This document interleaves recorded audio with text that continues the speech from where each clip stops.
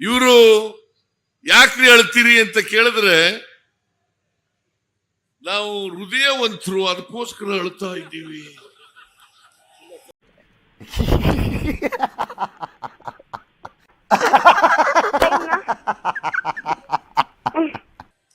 ಕಟುಕರಿಗೆ ಅಳು ಬರಲ್ಲ. ರಾಜಕಾರಣದಲ್ಲಿ ಅಳೋರನ್ನ ನಂಬಕ್ಕಾಗತ್ತಾ? ನೀವ್ಯಾರು ಕರೆದಿದ್ರ? ನಮಗೆ ಕುಮಾರಸ್ವಾಮಿಗಾಗ್ಲಿ ನಿಖಿಲ್ಗಾಗ್ಲಿ ಬಂದು ನಿಂತ್ಕೊಳ್ಳಿ ಅಂತ ಕರೆದಿದ್ರ? ಗುರು ಎಂತ ಐಡಿಯಾ ಕೊಟ್ಟಮ್ಮ. ಕರೆದಿರಲಿಲ್ಲ. ನಮ್ಮ ತೆವಲಿಗೋಸ್ಕರ ನಾವು ಬಂದು ರಾಜಕಾರಣದಲ್ಲಿ ನಿಂತ್ಕೊಂಡಿದ್ದೀವಿ. ನಿಮ್ ಸೇವೆ ಮಾಡ್ತೀವಿ ಅಂತ ಬಂದು ಹೇಳ್ತಾ ಇದ್ದೀವಿ. ಸೇವೆ ಮಾಡೋದು ಬಿಟ್ಟು ಅಳಕ್ ಪ್ರಾರಂಭ ಮಾಡಿದ್ರೆ ದಯಮಾಡಿ ಇಂಥವ್ರನ್ನ ರಾಜಕೀಯದಲ್ಲಿ ನಂಬಬಾರದು ಅಂತೇಳಿ ನಿಮ್ಮಲ್ಲಿ ಕೈ ಜೋಡಿಸಿ ಪ್ರಾರ್ಥನೆಯನ್ನು ಮಾಡ್ತೇನೆ.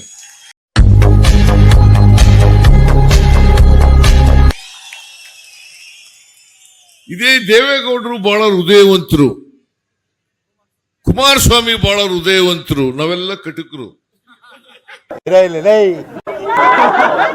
ಯಾವ ಇವೆಲ್ಲ it is not makes no sense.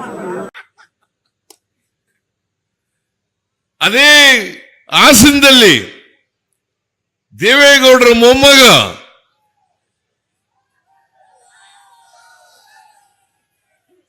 ದೇವೇಗೌಡರ ಮೊಮ್ಮಗ ಲೈಂಗಿಕ ಶೋಷಣೆಯನ್ನ ಮಾಡಿದಾರಲ್ಲ, ಅಲ್ಲೋಗಳಬೇಕಾಗಿತ್ತಲ್ಲಪ್ಪ.